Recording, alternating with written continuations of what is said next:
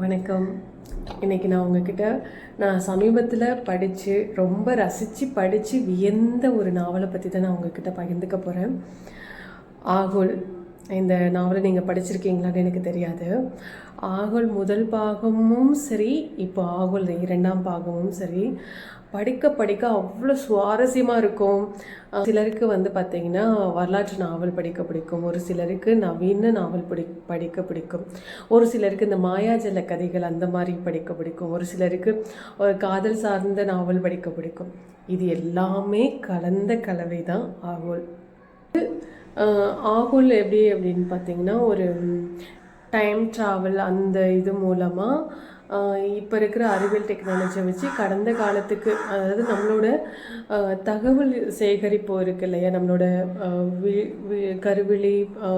கருவிழியாக இருக்கட்டும், கைரேகைகளாக இருக்கட்டும், இது எல்லாமே அரசு பத்திரப்படுத்தி வைக்கணும். இது யார் மூலமாவது எங்கேயாவது லீக் ஆச்சு அப்படின்னா அதன் மூலமாக சமூகத்தில் மிகப்பெரிய மாற்றங்கள், அதாவது தேவையில்லாதவர்கள் கைகளில் அது தகவல் கிடைக்கும்போது அதை வைத்து அவர்கள் நாட்டில் பெரும் குழப்பங்களை ஏற்படுத்தக்கூடிய இல்லை பெரும் பாதிப்பை ஏற்படுத்தக்கூடிய சூழல் உருவாகும். ஸோ அந்த இதை எப்படி பாதுகாக்கிறாங்க அப்படிங்கிறது அதை பற்றின ஒரு கதைக்களம். அதை ஸோ கடந்த காலத்தில், அதாவது இப்போ இருக்கிற இந்த நம்மளோட தகவல்களை கடந்த காலத்தில் போய் வச்சு பாதுகாக்கிறது அப்படிங்கிறது தான் இதோட டைம் ட்ராவல் அந்த ஒரு கதைக்களம் தான். அதில் அவ்வளோ ஒரு அழகாக எப்படி சொல்கிறதுனா, இப்போ இருக்கிற காலகட்டமாக இருக்கட்டும், இந்த அறிவியல் டெக்னாலஜி சார்ந்த தகவல்களாக இருக்கட்டும், கடந்த காலம் அதாவது மதுரையில் பெருங்காநல்லூர் பகுதியில் நடந்த ஒரு கலவரத்தை பற்றி தான் இதில் பேசியிருப்பாங்க. அந்த கலவரம் நடந்த காலகட்டத்துக்கு இப்போ இருக்கிற இந்த தகவல் சேகரிப்பு ஆட்கள் அந்த காலகட்டத்துக்கு போகிறாங்க. அங்கே கலவரம் நடக்குது, அங்கே எந்த மாதிரியான விஷயங்கள் நடக்குது, அங்கேருந்து யாரெல்லாம் கூட்டிகிட்டு வந்தாங்க அப்படிங்கிற ஒரு ரொம்ப ரொம்ப சுவாரஸ்யமான, அதே சமயம் மொழிநடை ரொம்ப ரொம்ப நான் ஆச்சரியப்பட்ட விஷயம் என்னென்னா, இப்போ இருக்கிற காலகட்டத்தில் நடக்கிற ஒரு மொழிநடைக்கும் கொஞ்சம் பின்னோக்கி போனால், அதுவும் மதுரை சார்ந்த பகுதிகளில் இருக்கிற ஒரு மொழிநடை இருக்கு இல்லையா, அது எல்லாருக்கும் வந்துடாது. அந்த காலகட்டத்தில் அந்த மொழிநடை அப்படியே இருக்கும். எனக்கு படிக்கும்போது என்னது இது ரெண்டு காலகட்டத்துக்கான அந்த மொழிநடையை இவங்களால எப்படி இவ்வளோ ஒரு இதுவாக கையாள முடிஞ்சுது அப்படின்னு ரொம்ப நான் முதல்ல ஆச்சரியப்பட்ட விஷயம் இதுதான். எப்படி உங்களால் இந்த மொழிநடையை கரெக்டாக இது பண்ண முடிஞ்சுது அப்படின்னு. அதே சமயம் இந்த நாவல் எழுதுறதுக்கு அவங்க எவ்வளோ மெனக்கட்டு இருக்காங்க அப்படிங்கிறத நம்மளால் படிக்கும்போதே தெரியும். ஏன்னா அந்த வரலாறு சார்ந்த காலகட்ட பதிவுகளை ஆய்வு செஞ்சு அங்கே என்னெல்லாம் நடந்தது அப்படிங்கிறத ஒரு ஆய்வு, அதுக்கப்புறம் டெக்னாலஜி மூலமாக எந்த மாதிரியெல்லாம் தகவல்களை பாதுகாக்க முடியும் அப்படிங்கிற அந்த ஒரு ஆய்வு, அரசியல் சார்ந்த ஒரு ஆய்வு, இது எல்லாமே பார்த்திங்கன்னா இதில் எவ்வளோ மெனக்கட்டு இருக்காங்க அப்படிங்கிறது நமக்கு இதை படிக்கும்போதே தெரியும். மன்னிக்கணும், ஏன்னா இந்த நாவலை பற்றி பேசிகிட்டு இருக்கேனே தவிர இந்த நாவலை எழுதினவங்க யார் அப்படிங்கிறத நான் சொல்ல மறந்துட்டேன், மன்னிக்கணும். ஆக்சுவலாக இந்த ஆகுல் 1 ஆகுல் 2 இந்த ஒரு அருமையான நவீனம், வரலாறு, அறிவியல் டெக்னாலஜின்னு கலந்த ஒரு கலவையை கொடுத்துருக்கிற ஒரு நாவலாசிரியர், கவிஞர், பாடலாசிரியர் அப்படின்னு ஏகப்பட்ட முகங்கள் கொண்ட கவிஞர் கபிலன் வைரமுத்து அவர்கள் தான் இந்த நாவலை எழுதியிருக்காங்க. உண்மையிலுமே இதை நான் படிக்கும்போது அவங்கக்கிட்ட நான் ஆச்சரியப்பட்டு கேட்ட ஒரு விஷயமே இதுதான். எப்படி உங்களால் இந்த மொழிநடை காலத்துக்கு தகுந்த மாதிரி கரெக்டாக உங்களால் ஃபாலோ பண்ண. ஏன்னா இப்போ நம்ம எழுதும்போது ஒரு அந்த என்ன அந்த இதோ அதை ஃபாலோ, அது ஒரு மொழிநடை அதுதான் இருக்கும். ஆனால் இது காலங்கள் மாறுது, அதுக்கு தகுந்த இடங்கள், முக்கியமாக சொல்லப்போனால் இடங்கள், அதுவும் மதுரை சார்ந்த பகுதியில் எப்படி பேசுவாங்க, அதுவும் ஒரு குறிப்பிட்ட சில ஆண்டுகளுக்கு முன்னாடி எப்படி பேசியிருப்பாங்க அப்படிங்கிறது ரொம்ப வியப்பான விஷயங்கள். அது அப்படியே அந்த மொழிநடையை கொடுத்துருப்பாங்க. உண்மையிலுமே இதில் மூலமாக தான் அவங்க இந்த ஒரு நாவலுக்காக எவ்வளோ ஒரு ஆய்வு பண்ணியிருக்காங்க, அது எவ்வளோ ஒரு இதுவாக கொடுத்துருக்காங்க அப்படிங்கிறது என்னால் புரிஞ்சிக்க முடிஞ்சுது. உண்மையிலுமே இந்த நாவல் நீங்கள் படிக்கல, ஆகுல் 1ஆம் பாகமாக இருக்கட்டும் 2ஆம் பாகமாக இருக்கட்டும் நீங்கள் படிக்கல அப்படின்னா முதல்ல ஆகுல் முதல் பாகம் படிங்க. அதை படிக்கும்போதே வந்து அவ்வளோ விஷயங்கள் இருக்கும் அதில். நான் அதில் வந்து அதுலேயும் சரி இதுலேயும் சரி கதாநாயகனாக வர நித்திலன் கதாபாத்திரமும் செங்காந்தல் கதாபாத்திரமும் எனக்கு ரொம்ப ரொம்ப பிடிக்கும்.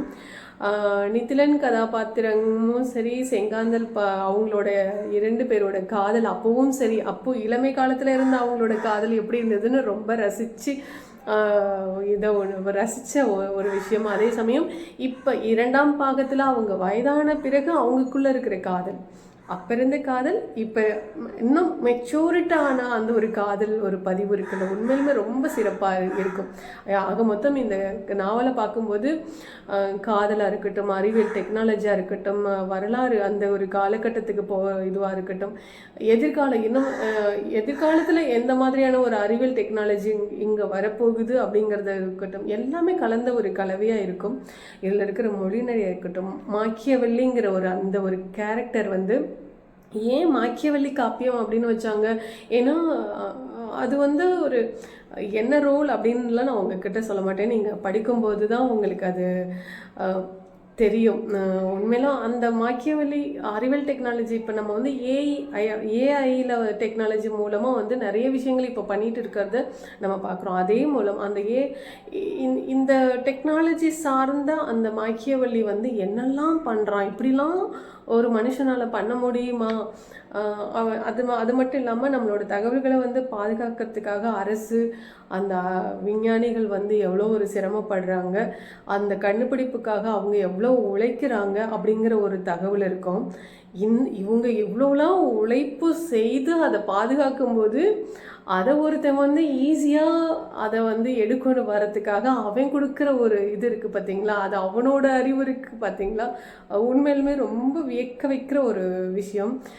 எல்லாம் கலந்த கலவையாக இருக்கிற இந்த ஆகுலை வந்து நீங்கள் கண்டிப்பாக படிக்கணும். படித்தாதான் வந்து உங்களுக்கு அதில் இருக்கிற சுவாரஸ்யம் தெரியும். உண்மையிலுமே பெருங்காநல்லூரில் நடந்த அந்த ஒரு கலவரத்தினை பற்றின தகவலை படிக்கும்போது அப்போவே நம்மளோட முன்னோர்கள் வந்து ஒவ்வொரு அதாவது வெள்ளையர்களுக்கு எதிராக அந்த தன்னோட ஊர் மக்களை வந்து அவங்க வந்து அந்த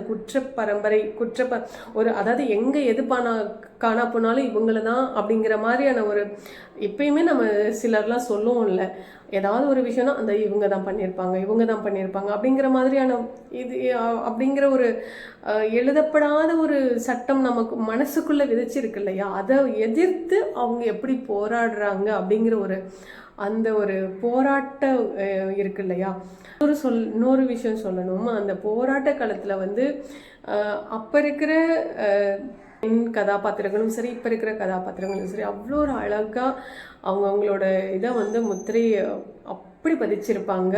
இதில் மாயவனம் அப்படிங்கிற ஒரு பெண் கேரக்டர் வந்து எவ்வளோ ஒரு வெகுலியா யதார்த்தமா, அதே சமயம் ஒரு சூழல் வரும்போது அதை எப்படி கையாடுறாங்க அப்படிங்கிற இந்த ஆகுல் பொறுத்தவரையிலும், ஆகுல் 2ஆம் பாகம் மாக்கியவெளி காப்பியத்தை பொறுத்தவரையிலும் இது வந்து வரலாறு, டெக்னாலஜி, நிகழ்காலம், எதிர்காலம், அது மட்டும் இல்லாமல் ஒரு மாயாஜால உலகத்தை நமக்கு எப்படி ஒரு மாயாஜால உலகத்துக்குள்ளே போகிற மாதிரியான ஒரு பிரமிப்பை கொடுத்துருக்கிறது தான் இந்த மாக்கியவெளி காப்பியம். உண்மையிலுமே இதை நான் படிக்க அவ்வளோ ஒரு ஆச்சரியப்பட்டு, இப்படிலாம் இருக்குமா, இப்படிலாம் மனுஷனால் கண்டுபிடிப்பாங்களா அப்படின்னு எனக்கு தெரியாது, கண்டுபிடிக்க முடியுமா அப்படிங்கிற மாதிரி ஏகப்பட்ட ஆச்சரியங்கள் இதுக்குள்ளே இருக்கும்.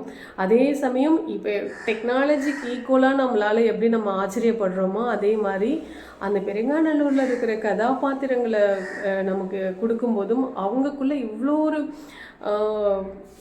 வெகுளித்தனமா, வீரம், இதெல்லாம் எப்படி அதையும் ஈக்குவலாக கொடுத்துருப்பாங்க. அதை பார்க்கும்போது ரொம்ப ரொம்ப ஆச்சரியமாக இருக்கும். எனக்கு உண்மையிலுமே இந்த நாவலை படிக்கும்போது ரொம்ப சுவாரஸ்யம், எதிர்பார்ப்பு, அடுத்து என்ன தேடல், ஒரு மாயாஜால உலகத்துக்குள்ளே போயிட்டு வந்த ஒரு அனுபவம், எல்லாமே கலந்த கலவையாக இருக்கிற இந்த ஆகோலை வந்து நீங்களும் படித்து பாருங்கள். அப்போ தான் நான் இவ்வளோ ஏதோ ஒரு இதில் பேசுகிற மாதிரி உங்களுக்கு தோணும். இதுக்கான காரணம் என்ன அப்படின்னு நீங்கள் படிக்கும்போது தான் உங்களுக்கு, நீங்கள் அதை அனுபவிக்கும்போது தான் உங்களுக்கு தெரியும். கண்டிப்பாக நீங்கள் ஆகோல் முதல் பாகமும் படித்து பாருங்கள், 2ஆம் பாகமும் படித்து பாருங்கள். உண்மையிலுமே நான் ரொம்ப வியந்து பேசுகிறதுக்கு காரணம் என்னென்னு உங்களுக்கே புரியும். உண்மையிலுமே இவ்வளோ ஒரு நல்ல ஒரு படைப்பை கொடுத்த கவிஞர் கபிலன் வைரமுத்துக்கு என்னோட வாழ்த்துக்களும் நன்றியும். ஏன்னா நன்றி ஏன் சொல்கிறேன்னா, உண்மையிலுமே ஒரு படைப்பை வந்து மேலோட்டமாக எனக்கு கற்பனையில் வந்தது நான் படைத்தேன் அப்படின்றது இல்லாமல் அதுக்காக எவ்வளோ ஒரு மெனக்கட்டு ஒவ்வொரு இதுலேயும் ஆய்வு பண்ணி அறிவியல் அந்த டெக்னாலஜிக்காக எவ்வளோ அவங்க ஆய்வு பண்ணியிருக்காங்க. அந்த பெருங்காநல்லூர் கலவரத்தில் ஆய்வு பண்ணது மட்டும் இல்லாமல் அந்த மக்கள் பேசுகிற அந்த மொழி நடையை அப்படியே நம்மக்கிட்ட கொடுத்துருக்காங்க. உண்மையாலுமே இவ்வளோ ஒரு சிறப்பான ஒரு நாவல் கொடுத்ததுக்கு மீண்டும் ஒரு முறை அவங்களுக்கு ஒரு வாழ்த்துக்கள் சொல்லிக்கிறேன். கண்டிப்பாக நீங்கள் எல்லாருமே இந்த நாவல் முதல் பாகமும் சரி 2ஆம் பாகமும் சரி படிச்சுட்டு ஸோ உங்களோட நான் எப்படி நான் வியந்து பேசுகிறேனோ அதே மாதிரி உங்களுக்குள்ள ஒரு வியப்பு இருக்கும் இல்லை, அதை நீங்கள் பதிவு பண்ணுங்கள். ரொம்ப நன்றி. வேறொரு தகவல்கள் கூட நான் உங்கள் கூட நான் மீண்டும் சந்திக்கிறேன். நன்றி, வணக்கம்.